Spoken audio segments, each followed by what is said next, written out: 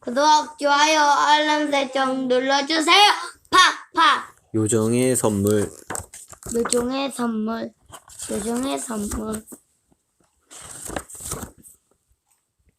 옛날 옛적 여러분이 태어나지도 않은 아주 먼 옛날에는 세상이 지금처럼 복잡하지 않고 마법도 곧잘 일어났어요. 바로 그런 때에 한 나무꾼이 살았답니다. 나무꾼은 숲 언저리에 있는 작은 오두막집에서 아내와 늙은 부모님과 함께 살고 있었지요. 나무꾼과 아내는 세상 그 무엇보다도 아기를 갖고 싶어 했어요. 하지만 결혼한 지 몇 해가 지나도록 나무꾼네 집에서는 아기의 울음소리도 아기가 뛰노는 소리도 들리지 않았어요. 안타깝게도 나무꾼은 그토록 바라는 아기를 얻지 못했어요. 더구나 나무꾼은 어머니 때문에 걱정이 많았어요. 어머니는 나이가 들면서 눈이 점점 침침해지더니 결국 먹구름에 가려진 해처럼 앞을 볼 수 없게 되었지요. 어머니는 앞을 보지 못하자 날마다 벽난로 앞 흔들 의자에 앉아서 지냈어요. 나무꾼은 아기를 갖게 해달라고 또 늙은 어머니가 다시 앞을 볼 수 있게 해달라고 얼마나 빌었는지 몰라요. 나무꾼은 하루하루가 너무 힘들었어요. 가난이 문 앞에서 집으로 들어오는 복을 모두 쫓아버리는 것만 같았어요. 찬장은 걸핏하면 비어있고 가족들은 늘 추위와 굶주림에 떨어야 했어요.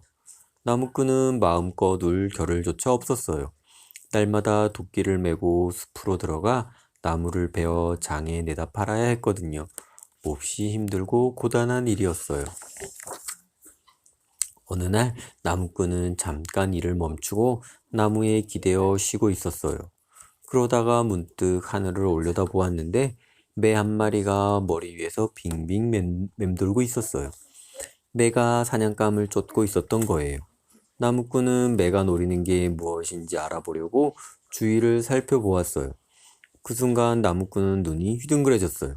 아주 조그만 사람이 쓰러진 통나무 밑에 숨으려고 애쓰고 있었거든요. 그 사람은 키가 나무꾼의 손바닥 길이만큼도 안 되고 누덕누덕 기운 갈색 옷을 입고 있었어요. 그런데 땅바닥과 통나무 사이를 비집고 들어가려고 낑낑대고 있었지요. 바로 요정이었어요. 나무꾼은 요정이 얼마나 착한지 알고 있었어요. 어렸을 때 어머니가 착한 요정 이야기를 자주 들려주었거든요. 나무꾼은 얼른 돌멩이를 주워서 매를 향해 힘껏 던졌어요. 매를 다치게 하려는 게 아니라 겁을 주어서 쫓아버리려고요. 매는 킥킥 울며 날아가 버렸어요. 나무꾼은 쓰러져 있는 통나무를 살펴보았어요. 그러자 요정이 통나무 밑에서 걸어 나와 인사를 했어요. 저를 구해주셔서 정말 고맙습니다. 보답으로 뭔가 드리고 싶은데 가진 게 이것뿐이에요. 요정은 주머니에 손을 넣고 앞으로 걸어 나오더니 나무꾼에게 손을 내밀었어요. 요정의 손바닥에서 무엇인가가 은은하게 빛나고 있었어요. 이걸 가지고 가서 꼭 이루고 싶은 소원 하나를 빌어오세요. 요정이 말했어요. 나무꾼은 굳은 살이 박인 손으로 요정의 선물을 건네받았어요. 여태껏 그렇게 아름다운 것을 본 적이 없었어요. 춤추는 듯한 그 빛은 나무꾼의 몸에 따뜻한 기운을 불어넣는 것 같았어요. 나무꾼은 요정에게 고맙다는 인사를 하려고 고개를 들었어요. 하지만 요정은 이미 사라지고 없었어요. 나무꾼은 요정의 선물을 조심조심 받쳐들고 다시 한번 들여다보았어요. 소원을 들어주는 빛이야. 소원을 들어주는 빛. 나무꾼은 가슴이 벅찼어요. 바라는 것을 이룰 수 있게 되자 가지고 싶었던 것과 가고 싶었던 곳과 먹고 싶었던 것들이 꼬리를 물고 떠올랐어요. 그런데 문득 조그만 오두막집에서 추위와 굶주림에 떨고 있는 가족들이 생각났어요. 나무꾼은 자기만을 위해 소원을 빌 수가 없었어요. 나무꾼은 서둘러 집으로 돌아왔어요. 문을 벌컥 열고 집 안으로 들어가 가족들을 부엌으로 불러 모았어요.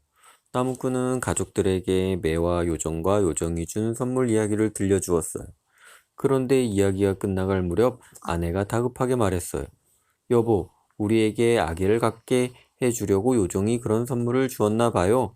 기다리고 기다린 끝에 드디어 우리 소원을 이루게 됐어요. 아, 밝고 건강하기만 하면 아들이든 딸이든 상관없어요. 아내의 말을 듣고 나무꾼은 잠시나마 자기만 생각했던 게 몹시 부끄러웠어요. 그래서 아기를 갖게 해달라고 빌어야겠어요. 아기가 있으면 하루하루가 얼마나 행복하겠어요. 하지만 나무꾼이 소원을 빌려고 할 때 어머니가 말했어요. 요정을 언제 보았는지도 가물가물한데 요정들이 아직 나를 잊지 않았나 보구나. 내 눈이 안 보인다는 걸 알고 너에게 그런 선물을 준 거야.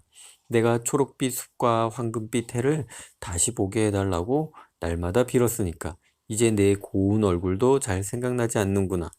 얘야, 부디 내가 소원을 빌어서 이 어미가 다시 앞을 볼 수 있게 해다오.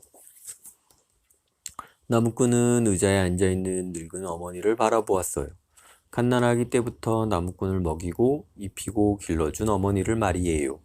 나무꾼은 어머니의 다정한 말과 재미있는 이야기와 부드러운 손길이 모두 떠올랐어요. 그러자 하나뿐인 소원은 어머니를 위해 써야 할 것 같았어요. 나무꾼이 소원을 빌려고 할 때 이번에는 아버지가 주먹으로 쾅 하고 탁자를 내리쳤어요. 얘야, 이 아비의 말을 한번 들어보아라. 우리 가족은 여태껏 힘들게 살았다. 추위와 굶주림에 시달리지 않고 겨울을 보낸 적이 한 번도 없었지. 소원은 하나밖에 빌 수 없으니 잘 생각해야 한다. 황금을 아주 많이 달라고 하려무나. 그럼 가족 모두 편안하고 행복하게 살 수 있을 거야. 나무꾼은 늙은 아버지를 가만히 바라보았어요. 평소에 거의 말이 없는 아버지였지만 지금 듣고 보니 아버지의 말이 옳은 것 같았어요.